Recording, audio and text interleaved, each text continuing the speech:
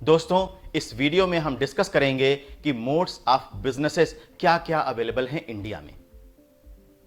चलिए शुरू करते हैं। सबसे पहला मोड जो सबसे कॉमन है और शायद सबसे ज्यादा लोग इसी मोड से इंडिया में बिजनेस करते हैं, वो है सोल प्रोप्राइटरशिप।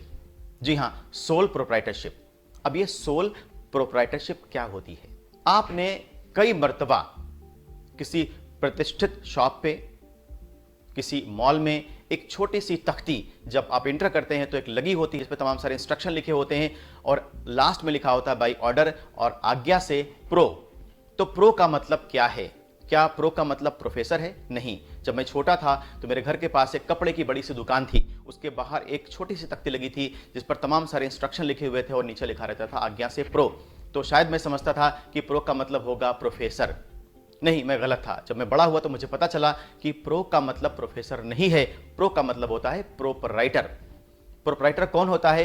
प्रोपराइटर का मतलब है स्वामी। और जब हम सोल प्रोपराइटरशिप कहते हैं तो इसका मतलब है एकल स्वामित्व वाला बिजनेस, यानी कि एक ऐसा बिजनेस जिसे सिर्फ एक व्यक्ति चलाता है, अकेला आदमी चलाता है। वो सारे डिसीजन लेने में सक्षम होता है। जो भी कैपिटल की रिक्वायरमेंट होती है वो अकेला व्यक्ति सारे कैपिटल को उस फर्म में लाने के सक्षम होता है।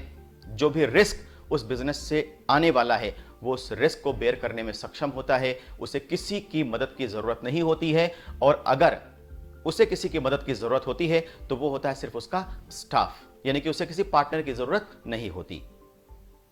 तो इस मोड से जो भी बिजनेस गवर्न किया जाता है उसे कहते हैं सोल प्रोप्राइटरशिप।